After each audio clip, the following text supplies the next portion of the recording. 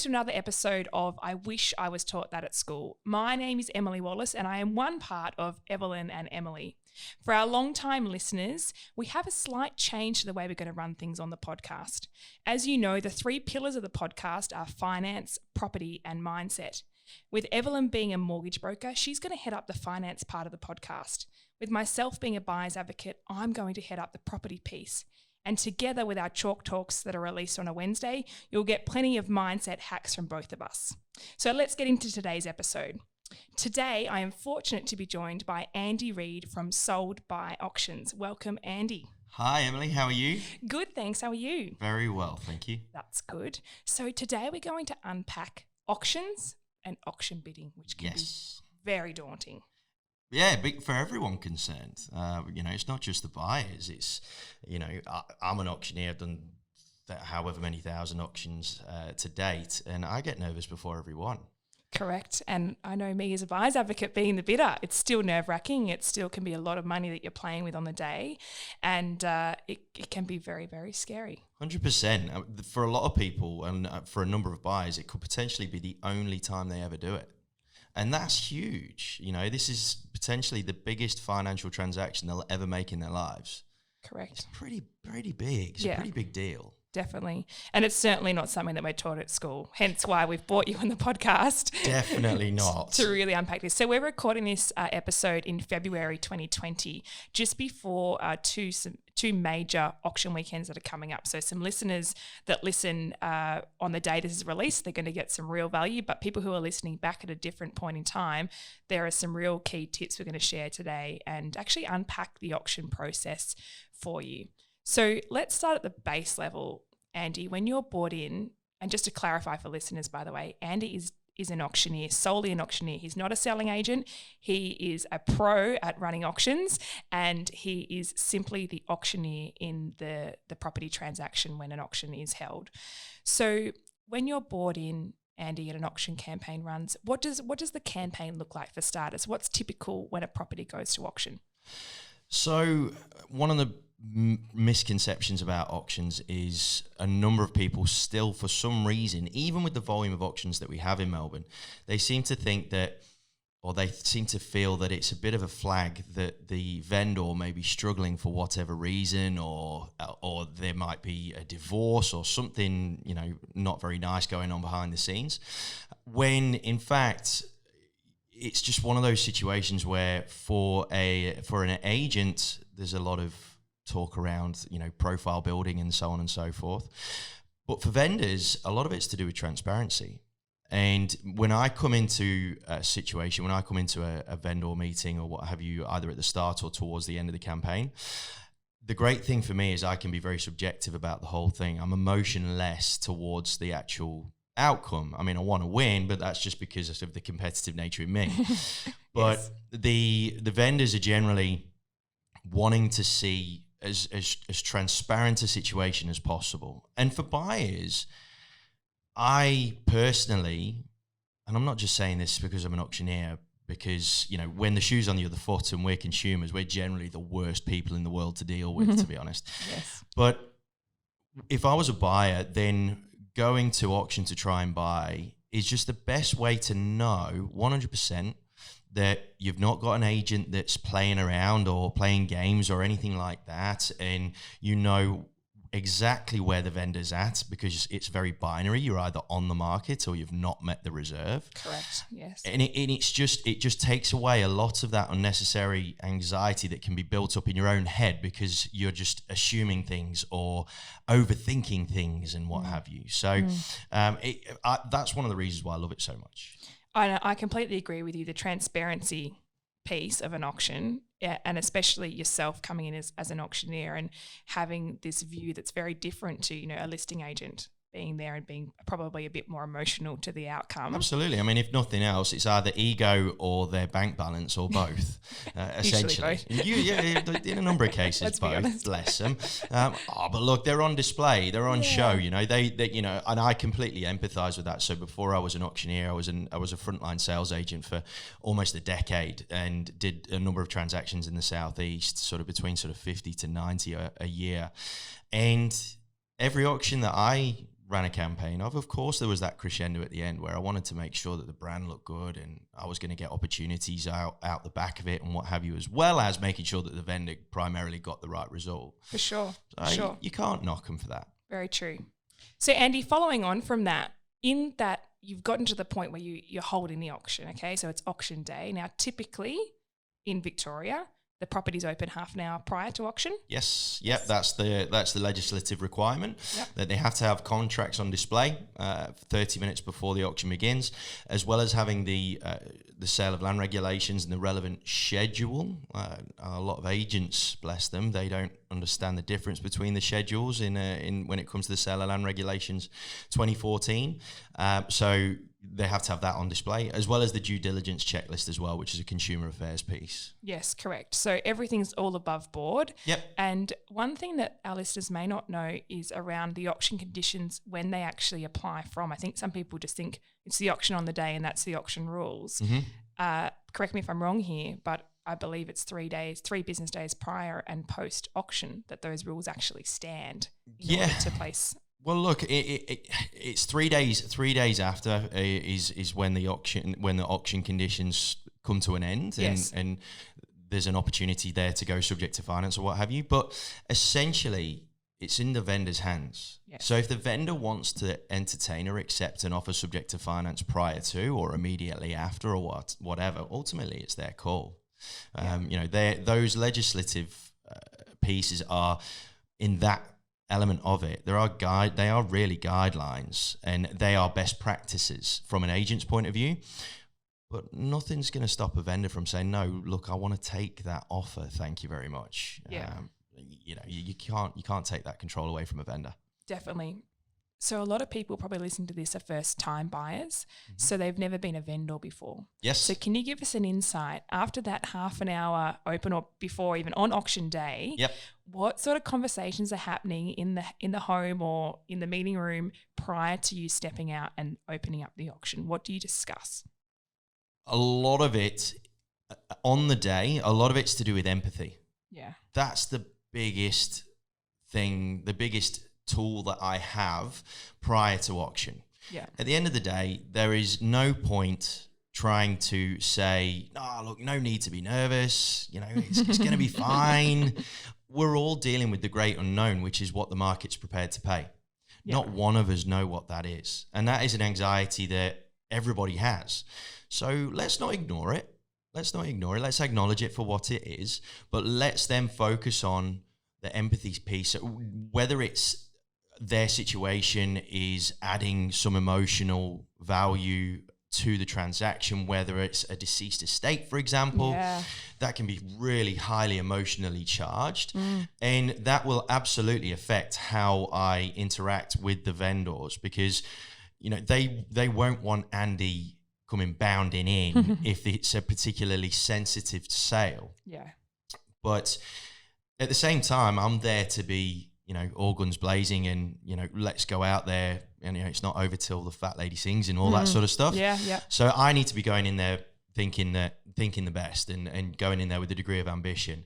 Yeah. As an auctioneer, and this is something that I would highly implore buyers to do. Yes. I always visualize every single scenario that could possibly come up. Yeah. It's so important to do that, because if you do it properly, then you'll feel a bit of the emotion that comes with either an auction stalling for ages or just going ballistic at the start, and to be able to feel those emotions a little bit and have them be a little bit more familiar. Yes. It just puts you in a much better frame of mind to be able to handle them when the action's actually happening. So preparation for me is everything, is absolutely everything. So with vendors, I would go through the various scenarios, and generally I talk about 5. So going from worst to best case, it's absolutely nothing. Yeah.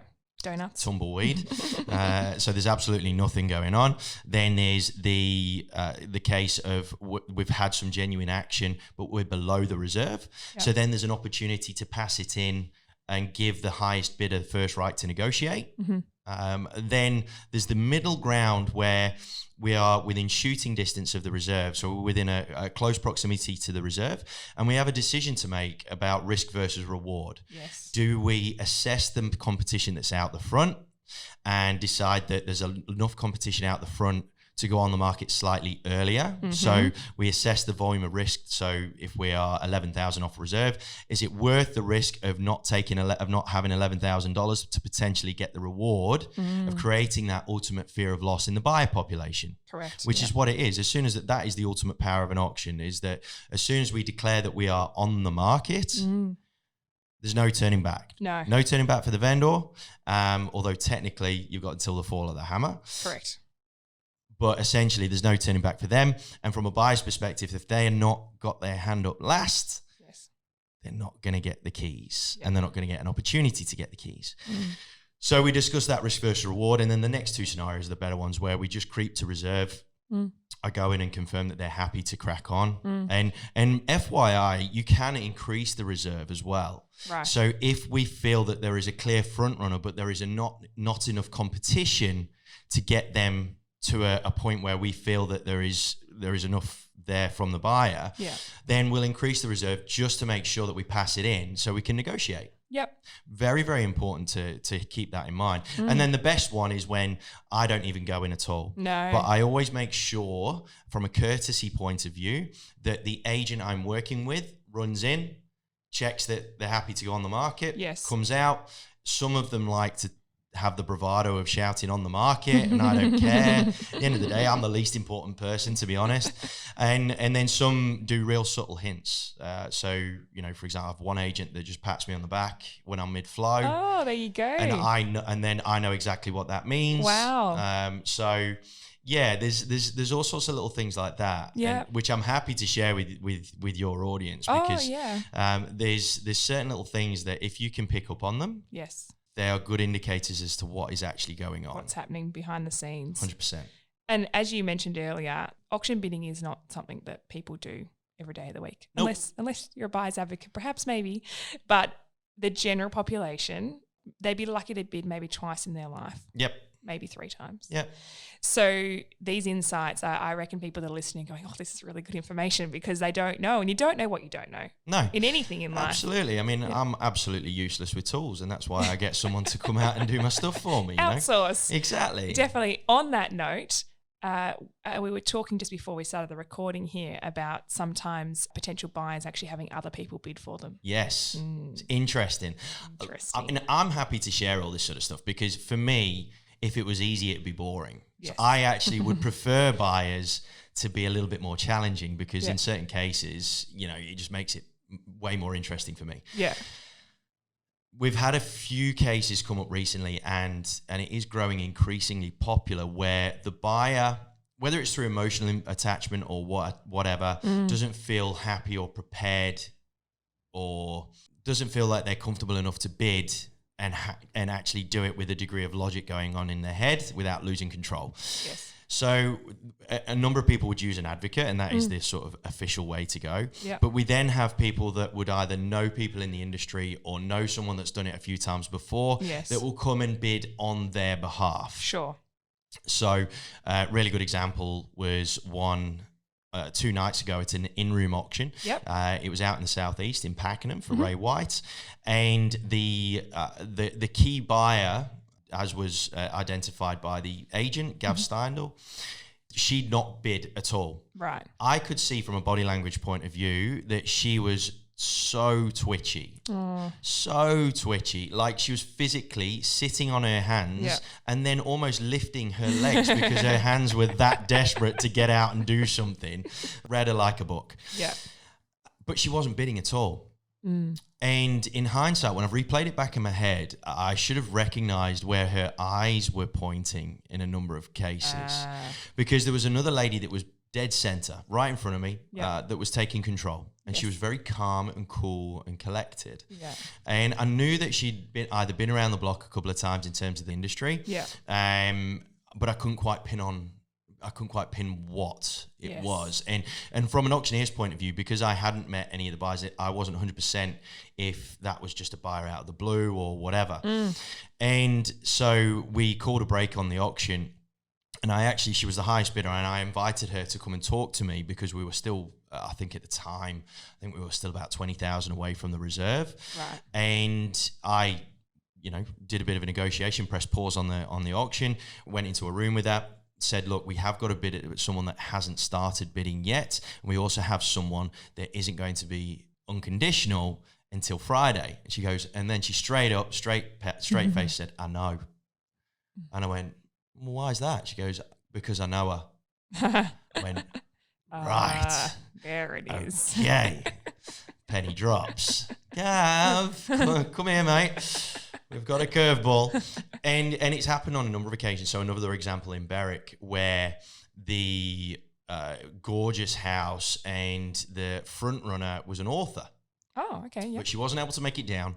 But she had given the right to her daughter to sign on behalf of. Daughter was there. Yep. Again, daughter was doing nothing. There was an advocate there from Hawthorne. So the advocate played it as well. The advocate from Hawthorne said that he was here to bid on behalf of a client. I was totally open in that regard, which was great. And he was great to work with, actually. He was really, really good to work with. Yeah. But we didn't know until after we'd got to an agreement that he was working for the author and the daughter was a decoy. There you go. So that's buyers are playing tricks sometimes to make it work. But you know what? Go for it. I 100% agree. Go for it. Because at the end of the day, I hate the term buyers are liars. Yeah. It's something that is a term that is, commonly used, unfortunately, in our industry. Yeah, yeah. And I always hated it because for me, all a buyer is doing is what's right for them and their families at that point in time. We can't begrudge them of that. They owe us as professionals nothing. So if they want to do whatever it is that they want to do in order to potentially give themselves a better chance of buying the house or to take them out of it because they're too emotionally involved, I'm all for it. Definitely. You got to do what you got to do because 100%. At the end of the day, and also I think what comes into it is privacy. I think that whole buyers are liars is around the price point. Yep. Some people don't want others knowing how much money they can afford. 100%. To take out a mortgage and to buy a home. So I don't agree with the term. I don't like the use of it either. But I understand to a degree where it stems from. But I don't. At the end of the day, if any of us were in the same position, it's not like we turn around to an agent and say, that's okay, well, I'll let you know now. Here's my bank balance. Yeah. I've got 1.5 million to spend. There it is. Transparency. If they can buy it for 1.4. Yeah. Yeah. So true. You know what I mean? Like, I think our industry needs to sort of, relax a little bit on that and just understand that everybody in the transaction is just doing it because it's what they feel is the right thing to do. Definitely. And no one can be blamed for that. I'd like to go into some of the terms that are called out in an auction, just for those who have never attended or don't know what they mean, because I think it would be really helpful. Can we just talk through the structure of the auction? So when you come out and the property, it's 12 o'clock, the auction's ready to go. Yep.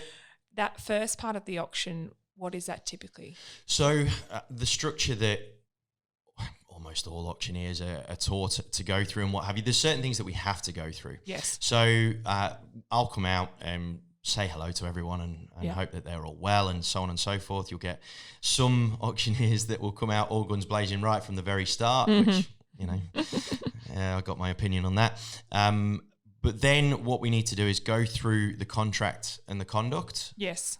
So that we've made it publicly aware, we've made it open to the public that these are the terms and conditions of the contract that you need to stick by if you want to bid, and also go through the relevant schedule when it comes to the sale of land regulations. Okay, so so the first part will be volume of deposit, which is across the board, it's generally 10%. Yes. If you do, by the way, want to pay less than 10%, you really do need to speak to an agent so that they can get permission prior to from the vendor. The agent can't make the decision. No. So they need to get express permission from the vendor, ideally in writing, that the vendor is happy to accept a 5% deposit. Yes. A lot of the time it's fine. Oh, definitely. Most of the time the auctioneer will actually say, these are the terms, or otherwise agreed directly with the agent. Unless agreed prior. Correct. And then and if you've got that go ahead from the agent, then you're good to go and assume that what you've asked for has been agreed to. Yeah. Then so this, I've mentioned it once or twice, the schedule that pertains to that particular auction. Yep. The vast majority, I'm talking 96, 97% of auctions are done with Schedule 1 of the Sale of Land Regulations 2014. And basically what that means is that there are no interested parties for the property that are bidding as a buyer. Yep. So, for example, if it is a deceased estate and you've got, say, 4 siblings and none of the 4 siblings are intending on competing and bidding, that's a Schedule 1 auction. Yeah. And then if it's Schedule 2, it's very easy to learn. But if it's a Schedule 2 auction, then you've got to understand that one of those 4 siblings is in the crowd and having a go. Right. If it's Schedule 3, it's more than one of those siblings. And if it's Schedule 4, then all 4 siblings are in the crowd and are going to be giving it a crack. I've never gotten to a schedule beyond Schedule 1 in my experience. Yeah, look, that's really interesting. Yeah, I've had a number of Schedule 2s. I've had one Schedule 4, but that was in the case where it was actually a real messy one actually, and siblings couldn't agree, and so both of them went into it to buy off each other and stuff. And in the end, neither won. That one. But we've got to let people know. Yes. But the thing is, it doesn't really affect. So if it's your first time that you've bid at auction, and you hear that, it doesn't affect you. No. At the end of the day, we're all bidding and in competition in transparency. So as long as you're last one standing, makes no difference which schedule it is, to be honest. Definitely. So you read out the schedule, you read out the main parts of the contract, the deposit. So title and all that sort of stuff. I mentioned the zoning as well, which, in a number of cases is important in case people are thinking of subdividing and what have you. Mm-hmm. And then we call for any questions, or a number of auctioneers will try and avoid that by saying, which they can do, they are entitled to. They say, look, we'll just assume that all the auction contracts have been read and understood. Yes. And then crack on. Yep. And then they do a bit of a spiel. That's supposed to be the bit where they get everybody emotionally engaged and whatever. Yep. Which generally, in a lot of cases, can turn into just listing what the property has, which bores everyone to tears. And then they'll call for an opening bid, and then we're into it. Yeah. So that's when the auction, it starts. It's where people are. They can do their first bid if they like, but sometimes if someone doesn't put their hand up first, or we're not getting the momentum that we need, we may hear the words vendor bid. So the auctioneer will go, okay, there's no one placing a bid, I'm going to place a vendor bid to open the auction at 500,000. Yep. So can we just unpack? I know it's pretty obvious, but a vendor bid is? A vendor bid is effectively the auctioneer setting the minimum requirement that a bidder needs to bid at. Yep. So what a lot of buyers don't realize is that you can actually match a vendor bid and take it out of the equation. Mm-hmm. And when it gets to the pointy end, that's sometimes a really good idea. Yes. So if you've got no action whatsoever and then you want to try and get that right to negotiate, match the vendor bid. Match it, because a lot of auctioneers will actually suggest the next bid is a 20,000 rise, or whatever it is. Mm-hmm. But I think that's a massive tip from today, is to be able to match a vendor bid, because you are allowed to. Yep. And on vendor bids, are you allowed to place more than one vendor bid? In Victoria, we are. We can place, in Victoria, it's different state to state. So in Victoria, we can do as many as we want. Yep. I generally only ever do 3, and that is only when we've got nothing happening. And I'm just trying to create some form of entertainment out of nothing in setting the bar. But generally speaking, any more than that, you start to look a little bit facetious for me, and it starts to show that you've either got a incredibly unaligned vendor with the market, or you've just not on the same page as your vendor. Yeah. There's a big disconnect there somewhere if that's happening, to be honest. For sure. So another term that might be said in an auction, or should be said, hopefully, is we're on the market. Or Yes. some auctioneers say we're now playing for keeps. They actually won't necessarily say we're on the market. So from my point of view, buyers that are listening, always don't be afraid to ask, are we on the market? Ask it whenever. Yeah, ask it literally whenever you want to clarify, because that's really important. And sometimes when it can move really fast in really quick bids, you're on the market, say it might be you're bidding in lots of 10,000s and we get to 520. That's actually the reserve, but we've gone 20, 30, 40, 50. We're at 550 already and no one said we're on the market, but we're actually on the market at 520. Yeah. So clarifying that. Yeah, so on the market is basically a declaration that we've met or exceeded the reserve. Yes. And once the hammer falls, that's it. Whoever's the winning bidder is going to be going in and putting pen to paper. Yeah. And the standard repertoire, shall we say, is playing for keeps, is make no mistake, is what's another really good one that I've forgotten now? How annoying. Because I try my hardest to avoid the repertoire. Yeah. I try my very hardest, so it's not really in my vernacular. Yeah. But the standard thing is saying that, just declaring that we are on the market. Now, another little tip, and I'll have some auctioneers that will probably want to lynch me for this. It's quite important as a buyer, for me, if you want to try and exert some sort of authority on the auction, to disturb the flow. Yeah. All right. So an auctioneer will generally have a flow that they like to get into. Yes. And then they hit a bit of a comfort pace. Yes. With regards to bidding.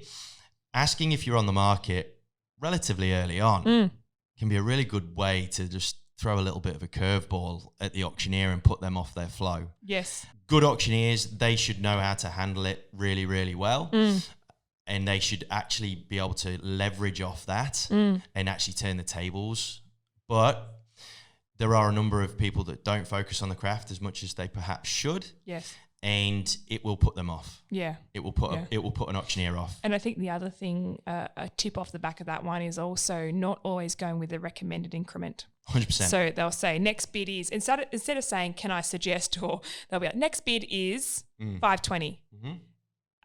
There's many a times I stall auctions by clarifying where we're at. So I'll say, hang on, where are we at? And they'll point out to the bid, we're at 525 with the gentleman over here. Okay, great. And I don't bid straight away after that. I just like to clarify where we're at and are we on the market? I love that, because then it'd be pause. Yeah, because there'd be an awkward silence after that. It's an awkward silence, and it's like, well, you're going to make a move or you're not. As a buyer, an awkward silence is a good thing. Yeah.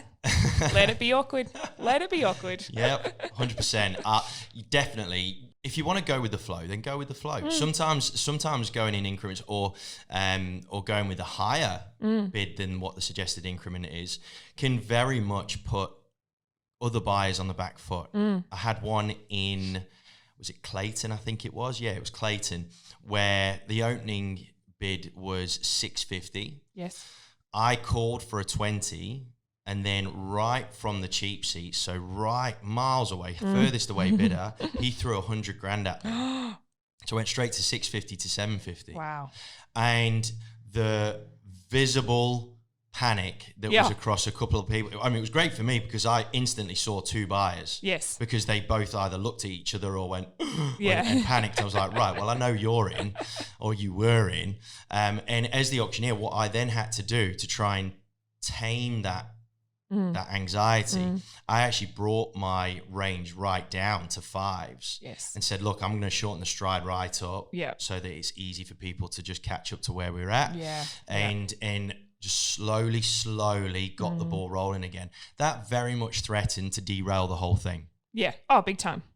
Big like time. In a big way. Yeah. So definitely, if you feeling like you've got some ammo, you've got plenty in the tank, give it a bit of a whack. Yeah. Give it a bit of a crack at a higher increment and try and flex your muscles a little bit financially. Yeah, definitely. But the most common way of trying to stall it is if we're asking for a 20K, offer a 5. Yeah. Or if we're asking for 25s or 50s, offer a 10. Yeah. No harm in asking. 100%. And you've just got to be careful how much you do it, because at the end of the day, auctioneers are humans as well. And if you get their back up, you don't want them on the wrong side. You really don't. No. It's just not a smart move in No. anything, let alone No. with an auctioneer who's under the pressure to perform. Yeah. So don't take the mickey. Yeah.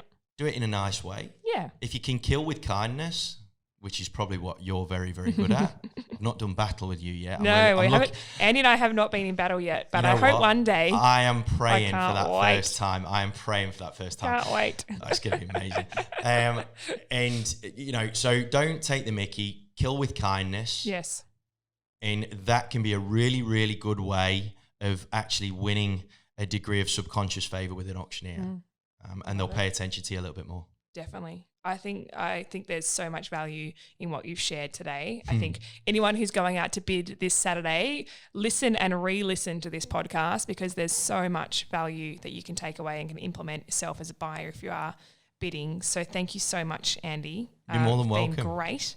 We have come to a spot in the podcast that we call You've Been Schooled. Right. And it's a fun fact or something that you probably wouldn't have otherwise known unless I tell you. Okay. So get ready. Right. This one, I have to confess, I saw it on Instagram this morning and I just thought it was really interesting. And I'd probably need to check it. It is a valid fun fact. Okay, but so it's fun anyway. So this could be a fun fact that's not a fact, but it's fun anyway. It's fun. Right. So apparently, did you know that sunflowers, if they can't face the sun, if they can't find the sun to grow the way that they're facing, they end up turning into the sunflower next to them because they think they're a sun. Is that true? I don't know. Because it's fun though. It's fun, but you'd think that they'd face the sun to get some energy. Yeah, but also like it made me think: do sunflowers like have a brain?